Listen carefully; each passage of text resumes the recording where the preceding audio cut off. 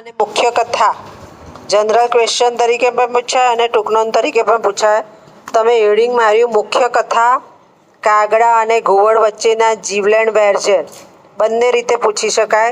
General ક્વેશ્ચનમાં પણ આવે, short નોટમાં પણ આવે. હા ને, બાજુમાં લખી દેવાનું. હવે કાકોલુકિયમ શીર્ષકમાં જ છે કાગડો અને ઘુવડ, એ બેની વાત છે. પ્રાણી કથા દ્વારા મોટે ભાગે સમાજને ઉપદેશ આપવાની વાત હોય છે, સમાજને સમજાવવાની વાત હોય છે. તો અહીંયા એવી વાર્તા બતાવી છે, મુખ્ય કથા આવશે અને પછી 4 કથાઓ એના પુષ્ટિમાં એટલે સમજ માટે આવશે. મુખ્ય કથા છે કાગડા અને ઘુવડની. શું? તો કાગડાઓનો અધિપતિ એટલે મુખ્ય કાગડો મેઘવર્ણ. જો એનું નામ જ સંસ્કૃત સાહિત્યના નામનો અર્થ હોય મેઘવર્ણ એટલે મેઘાવી, વરસાદની જરૂર પડે જ, રાજાની જરૂર પડે જ. નામ પણ એવું હોય કે જે કંઈ સૂચક કરતું હોય. એનું નામ મેઘવર્ણ છે. વળી એને 5 મંત્રીઓ બતાવ્યા છે અને એમાં મુખ્ય મંત્રી છે એનું નામ સ્થિરજીવી. એનો જીવ જ સ્થિર છે, એ સ્થિરતાથી જ નિર્ણય લે. જેમ મેં કીધું એમ સંસ્કૃત સાહિત્યમાં કોઈ નામ હશે તો એનો અર્થ થતો જ હશે. સ્થિરજીવી અને મેઘવર્ણ વચ્ચે મંત્રણા થાય છે, એ બંને ચર્ચા કરે છે. સ્થિરજીવી નામ પ્રમાણેના જ ગુણ છે. એ નીતિનો નિપુણ છે. અને ઘુવડોનો જે રાજા છે એનું નામ છે અરિમર્દન. અરિ એટલે શત્રુ, મર્દન એટલે મારી નાખવો, શત્રુને મારી નાખે એવો. એ અરિમર્દન છે એ રોજ રાત્રે ઘુવડોના માળાનો નાશ કરતો. કાગડાઓના, ઘુવડ હતો એ. હવે એનાથી કાગડાઓ કંટાળ્યા એટલે મેઘવર્ણ અને સ્થિરજીવીએ બંને મંત્રણા કરી કે આનું કંઈક કરવું પડે. એટલે અહીં બીજો ઉપદેશ આવ્યો કે ક્યારે કોઈ નડતું ના હોય તેનો નાશ કરવા જવું નહીં. અરિમર્દન રાત્રે નાશ કરવા ગયો કાગડાઓના માળાનો. એટલે એમ કે જો તમને કોઈ પરિસ્થિતિ નડતી ના હોય તો શું કરવા એના ત્યાં સુધી જાઓ છો તો પછી તમારો પણ નાશ સામે થાય છે. સ્થિરજીવી અને મેઘવર્ણ બંને ચર્ચા કરે છે, સાથે બીજા 4 મંત્રીઓ પણ જોડાય છે.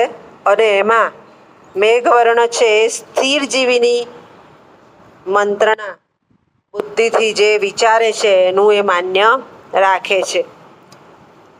સ્થિરજીવી છે એ કાગડાઓમાં મેઘવર્ણ કરતાં મોટો બતાવ્યો છે, એટલે એમ કે વડીલ બતાવ્યો છે. જો હવે અહીંયા બીજો ઉપદેશ આપ્યો કે જે અનુભવ છે એ વડીલ પાસે વધારે છે, નાના કરતાં વડીલ પાસે વધારે છે. અને એ સ્થિરજીવી મેઘવર્ણને સલાહ આપે છે. મંત્રી છે છતાં હંમેશા રાજા ત્યારે જ સફળ થાય કે જ્યારે એનો મંત્રી હોશિયાર હોય. આપણે પેલી ચેસની રમત રમીએ છીએ એમાં પણ રાજાને કવર કરવો પડે છે વજીરે. વજીર ચારે તરફ જઈ શકે છે. એટલે એ રાજાનું જ રાજ્ય વધારે સારું ચાલે કે જેનો મંત્રી બુદ્ધિશાળી હોય.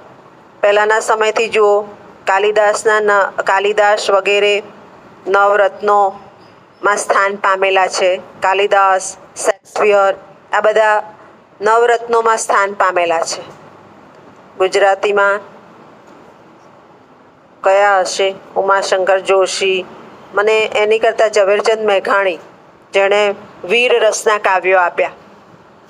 આ બધા નવરત્નોમાં સ્થાન પામેલા છે. નવરત્ન એટલે રાજાના આશ્રય રહેલા. રાજા ત્યારે જ સફળ બને જ્યારે એનો મંત્રી બહુ જ હોશિયાર હોય. અને એ સ્થિરજીવી કહી દે કે તમે આમ કરો મેઘવર્ણને, તો એમ કરે એવું નહીં, એને સમજાવવું પડે, એને ઉદાહરણ આપવું પડે.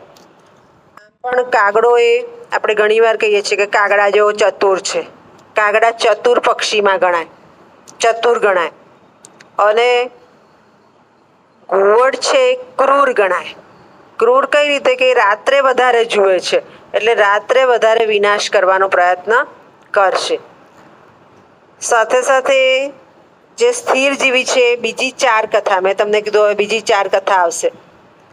મેઘવર્ણને આગળ સમજાવશે કે કઈ રીતે સામેના પક્ષને મહાત કરી શકાય. હવે અહીંયા ખાલી ઘુવડ, કાગડો, સ્થિર જીવી, મેઘવર્ણની જ વાત છે, પણ રાજનીતિ છે.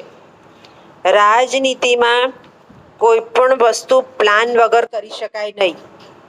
એનો પ્લાન કરવો પડે.